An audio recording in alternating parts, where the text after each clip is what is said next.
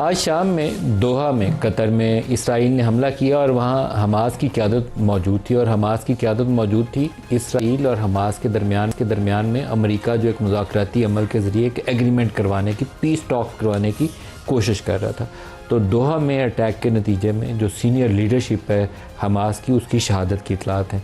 एक साहब जो लीड कर रहे थे खलील अल हैया, उनके मुतल्लिक़ अभी मुतज़ाद इतलात हैं, लेकिन बाकी लोगों की शहादत के मुतल्लिक़ जो इंटरनेशनल मीडिया है वो रिपोर्ट कर रहा है, जिसमें बड़े मारूफ़ उनकी एक शख्सियत है, खालिद मिशाल, उनका नाम भी शामिल है। अब इससे ज़्यादा काबिल मज़म्मत, तशवीशनाक और सख्त तरीन जितने अल्फाज इस्तेमाल कर सकें कोई हरकत हो ही नहीं सकती, बदमाशी वाली, गुंडागर्दी वाली,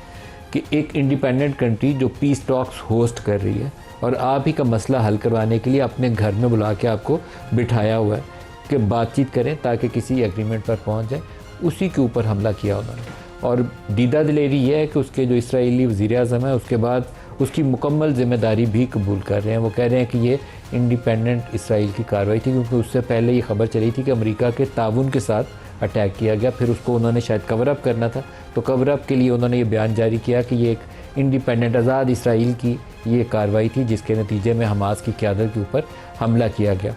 अब इसके ऊपर अगर कतर में इतनी ताकत हो और दमखम हो और वो इसराइली वज़ीर-ए-आज़म के ऊपर हमला करके उसको मार दे और कहे कि इसने हमारे घर पे हमला किया था, हमने उसका बदला लिया, तो फिर दुनिया उसके ऊपर क्या रद्द-ए-अमल देगी। ये बदमाशी है, खुली बदमाशी है कि वो आपके पास बंदूक और हथियार हैं तो आप किसी भी अरब मुल्क के ऊपर चढ़ दौड़ें। इसके ऊपर मुसलमान मुल्कों को सोच के कुछ अपने बचाव के लिए तदबीर इख्तियार करनी पड़ेगी।